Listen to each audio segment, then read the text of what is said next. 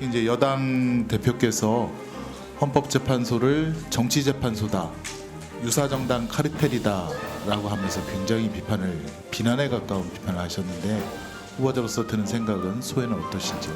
판결이 선고되고 나면 일단 그 판결 그 자체로 좀 존중하는 분위기가 우리 사회에 필요하다고 생각합니다. 검수완박 법안에서의 이 표결 심리 과정, 과연 이것이 공개적이고 합리적인 토론을 거쳐서 다수 의사로 결정됐다고 볼 수 있습니까? 제 솔직한 그 생각은 조금 여러 가지 좀 우려스러운 점이 있었다고 생각합니다. 네, 그렇다고.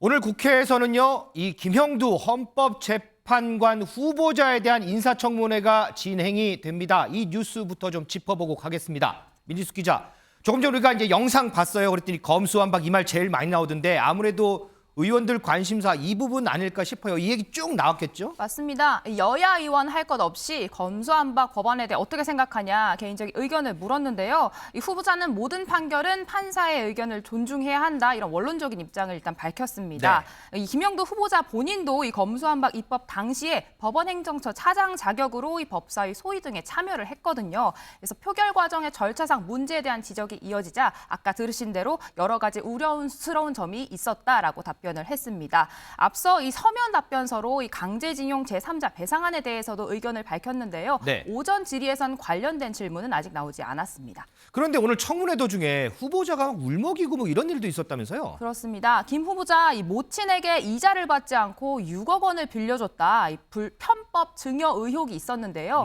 이 점에 대해 해명을 하는 과정에서 다른 게 아니라 부친의 병환 때문이었다 이렇게 설명을 했습니다. 조금 울컥하는 모습도 보였는데 영상으로 보고 오시죠. 저희 아버님이 이제 전주에서 사시다가 그 신장하고 폐 쪽에 희귀병에 걸려가지고 그 삼성병원에 한 6개월 정도 돌아가시는지 알았어요. 그때 완치는 아니지만 어느 정도 좀 안정돼서 그 저희 어머니가 전주 집으로 내려가겠다. 이제 전북대 병원 가서 치료 받겠다 그러셨어요. 예, 후보님 조금만 말씀드릴게요.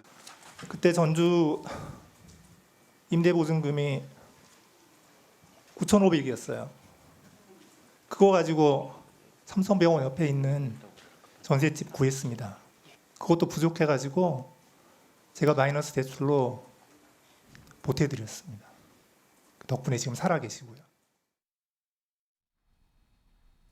상당히 조금 좀 숙연해지는 그런 답변인 것 같습니다.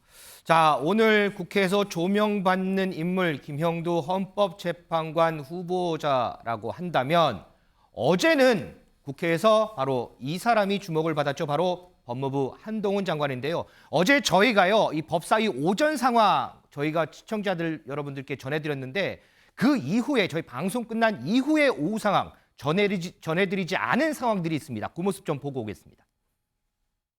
아니요, 그 시행령은 적법합니다. 그렇기 때문에 그렇게 말씀드린 것이고 그 적법한 것을 다시 되돌리는 이유가 뭔지 물은 겁니다. 예? 너 원래 그렇게 말을 저는 왜 도대체 깡패, 마약, 무고, 위증 수사를 못하게 되돌려야 한다는지 그 이유를 오히려 묻고 싶습니다. 사과는 제가 할 것이 아니라 이번 밀어붙이신 민주당 의원들께서 하셔야 된다고 생각합니다. 제가 사과할 문제가 아닙니다. 사과할 문제가 아니다. 큰일 났네요.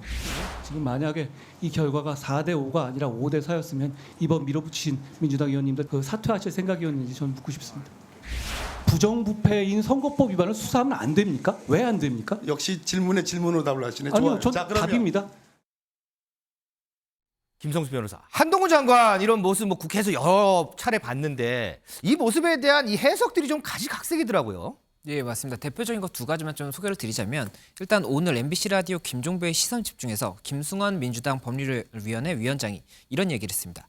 헌재에서 이번 그 검수완박 관련 실패를 본인 탄핵 문제로 프레임을 전환해서 국민의 관심을 옮기려고 하는 그런 좀 시도가 아니냐 이런 의견을 좀 이야기를 했었고 또 이제 오늘 KBS 라디오 최경영의 최강시사 여기에선 유승민 전 의원이 나와서 이런 이야기를 했습니다. 한동훈 장관이 만약 정치할 생각이 있다고 한다면 일찍 사퇴를 해서 정치하는 게 맞다. 다만 총선에 만약에 출마를 했을 때 이게 당에 도움이 될지는 모르겠다. 이런 이야기를 하다 보니까 이 행동에 대해서도 여러 가지 의견이 좀 분분하다 이렇게 말씀드릴 수 있는 그런 상황인 것 같습니다.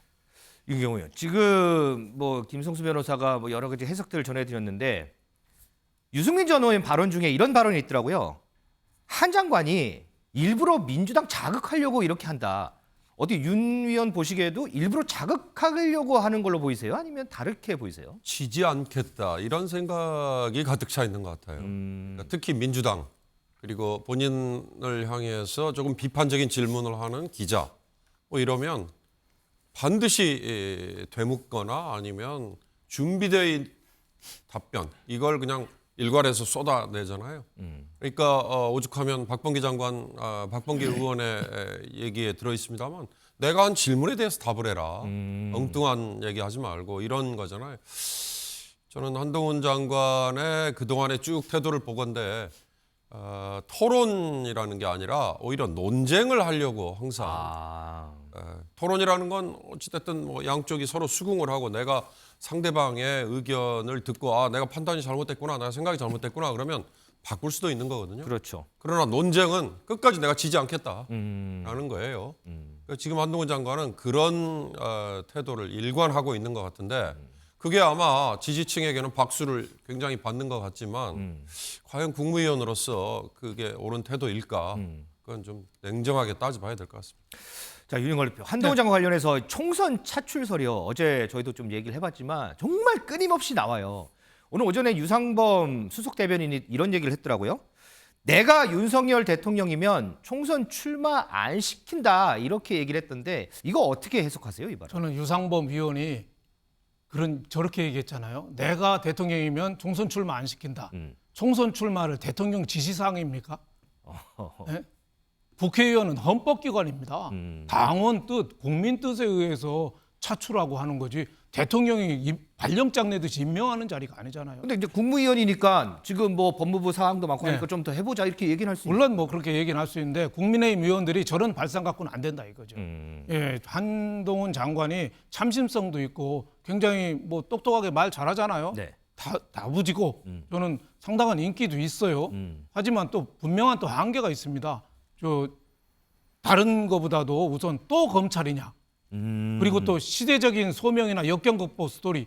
윤석열 대통령을 검찰에서 불러올 때는 법과 정의, 상식 이게 없어서 대신 윤석열 대통령이 대통령 출마한 거거든요. 네. 지금도 법과 상식이 없으면 한동훈 장관이 검찰 출신으로 또 다음에 나오면 또 먹힐 거예요. 근데 지금 그렇게 볼 수 있나요? 그래서 저는 분명한 한계도 있다. 그럼에도 불구하고 저는 출마할 거로 봅니다. 왜? 그렇게 보세요? 왜? 본인이 필로폰 내소서 전쟁사 빨간 책 들고 유럽 출장길에 딱 기자들 보이게 들고 나갔잖아요. 그런 모습 보이는 거는 일단은 정치적인 뜻이 있다는 거죠. 그리고 여론 지지율이 정치 참여가 높은 사람일수록 여태까지 제가 기자하면서 안 나가는 사람은 거의 본 적이 없습니다. 그래서 저는 나갈 가능성이 많긴 하지만 또 정치는 생물이라 변화가 많긴 하지만 저런 식으로 대통령 지시사항에서 움직이는 모습은 좀 좋지 않다 이렇게 보고 있습니다. 일단 뭐 아직 시간이 많이 남았긴 하지만 우리 윤영걸 대표의 예상이 맞을지 저희가 한번 좀 관심을 가지고 좀 지켜보도록 하죠.